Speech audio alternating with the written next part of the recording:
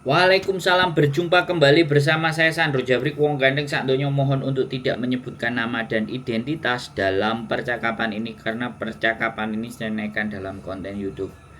Bagaimana Mbak saya bisa membantu? Ya mau tanya, kalau mau nikah tapi statusnya cowoknya itu paperan, itu gimana? Oke. Bisa nikah secara negara apa enggak? Nah, oke, pertanyaannya cuman gitu. Gak ada pertanyaan yang lain Ya, atau ya. pertanyaan nanti Sementara menyusul? itu dulu dijawab, nanti menyusul lagi. Oke. Eh, Menikah itu kalau di hukum Hongkong boleh, apalagi sampean punya data dan suami juga punya data, walaupun meski paperan, walaupun sampean misalnya masih resmi, itu boleh. Tapi kalau saya boleh berpesan, harapan untuk jadi permanen atau dependen dan tinggal selamanya akan susah. Itu saran saya. Wis. Selanjutnya sampean ngomong apa lagi? Ya, tapi rencananya kan gini, Boleh. kan mau nikah secara agama juga negara ya. Tapi kalau status paperan kan nggak bisa dapat KTP Hongkong. apa itu? Permanen residen. Dependent. Ya, nggak bisa itu kan. Siap. Nah, terus nggak apa-apa ya. Misalnya nggak bisa itu kan menurutku kan nggak apa-apa, soalnya kan rencana mau nikah di sini, terus tinggal di sini setelah menikah paling cuma dia mau pengajuan ke imigrasi untuk pulang ke negaranya dan aku mau diajak ke negaranya gitu. Boleh Mbak. Berarti kan menurutku nggak masalah, nggak bisa bikin visa dependent itu kan nggak masalah. Boleh, nggak apa-apa. Nah terus syaratnya untuk menikah secara agama dan negara itu prosedurnya kayak apa, syaratnya kayak apa? Oke, kalau nikah secara Hongkong, yang pertama yang dibutuhkan KTP sampean dan paspor. Kalau sampean pernah menikah ya surat cerai.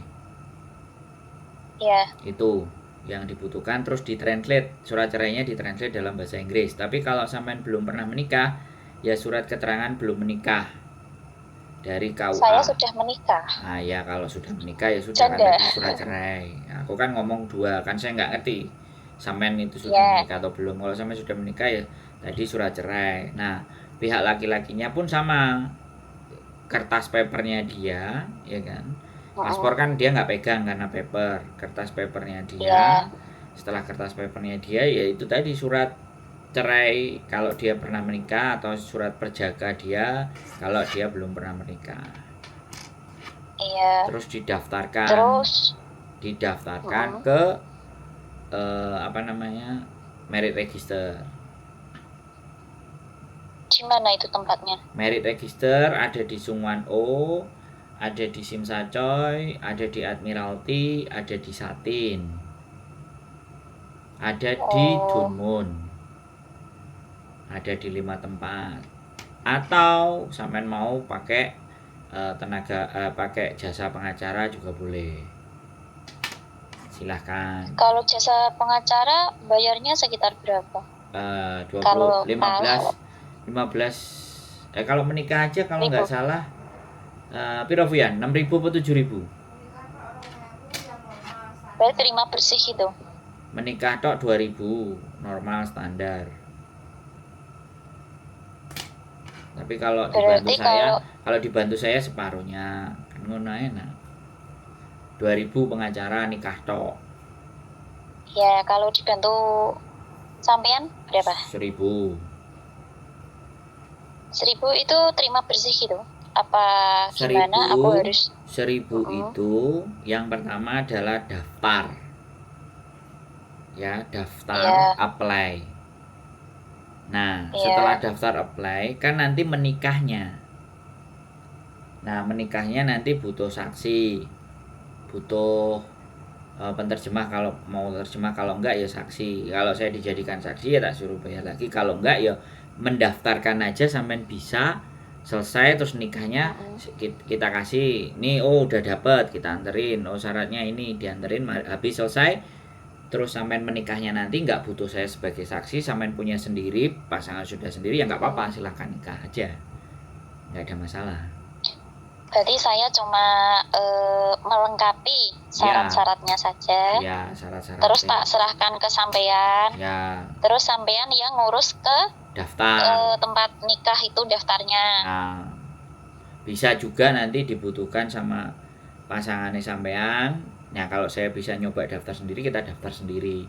Yang penting nomor paper data komplit yang mau kita daftarkan harus ngisi form. Isi formnya itu bisa kalau kita translate. Kenapa? Kalau yang kan harus syarat-syaratnya kan harus ditranslate ya. Itu semuanya apa cuma surat cerainya saja yang ditranslate? Surat cerainya saja. Bayar berapa itu? Kita satu dokumen 400 Hongkong dolar. Berarti kalau surat cerai saja 400 dolar ya? 400 Hongkong dolar. Ya. Syarat-syaratnya ID Hongkong, akte cerai, paspor, akte lahir. Enggak. Kalau menikah enggak. Kalau menikah cerai, KTP, paspor. Kalau tentang kayak surat izin dari orang tua itu? Enggak. Itu kan sampean kan sudah menikah, pernah menikah. Iya, pernah menikah. Enggak usah itu. Oh. Kan tadi saya bilang, kan saya tadi bilang, Mbak, kalau sampean belum pernah menikah, surat izin orang tua, kemudian ya menyatakan sampean belum menikah dari KUA. Nah, ini kalau sampean single, tapi kalau sampean sudah pernah nikah, ya surat cerai aja yang ditranslate 1 lembar. Terus KTP sampean sama paspor sampean kan nggak perlu ditranslate. Begitu pula pasangannya sampean. Berlaku sama. Ya pasangan kalau sudah menikah ya surat menikah cerai. Kalau belum menikah ya surat keterangan dari lembaga KUA-nya di sana yang menyatakan dia belum pernah menikah. Oh gitu. Yoi. Ya, makasih ya Mas ya. Oke, ada lagi? Cukup segitu yang ditanya cuman? Ada tanya lagi? Mumpung nelponnya diangkat, kan jam segini kadang saya nggak ngangkat telepon. Mumpung mumpung sampean mau tanya apa saja, mumpung lagi masuk kan kayak gitu. Enggak, sementara itu saja Mas. Oke, siap. Soalnya juga sudah malam. Makasih. Assalamualaikum. Waalaikumsalam warahmatullahi wabarakatuh. Oke teman-teman semuanya, kembali lagi saya bercerita kepada teman-teman. Namanya jatuh cinta, namanya pengen punya pasangan. Sekali lagi saya tidak mengorek lebih dalam, ya karena dia hanya fokus, saya hanya fokus kepada apa yang dia tanyakan. Ya, yang mbaknya tanyakan apa ya saya jawab. Saya nggak bisa sekali lagi mencampuri urusan dia menikah dengan paper atau tidak.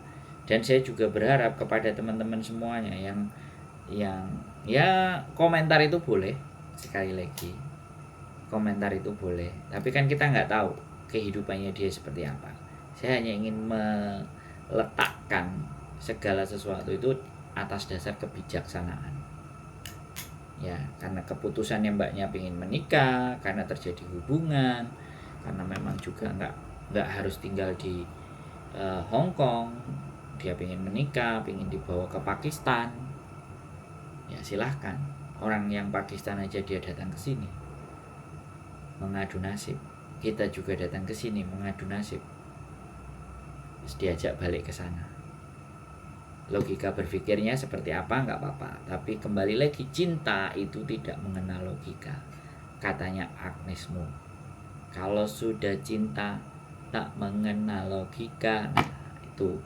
Jadi saya sekali lagi tidak menyalahkan sebuah keputusan, karena hubungan cinta dan kasih itu karunia, dari Sang Maha Pencipta. Kalau lagunya Dewa, karunia Sang Pencipta. Nah, ya kita nggak perlu menampilkan itu semuanya, ya diikuti alurnya, jalannya. Keep stay tune my YouTube channel and see you next video. Bye bye.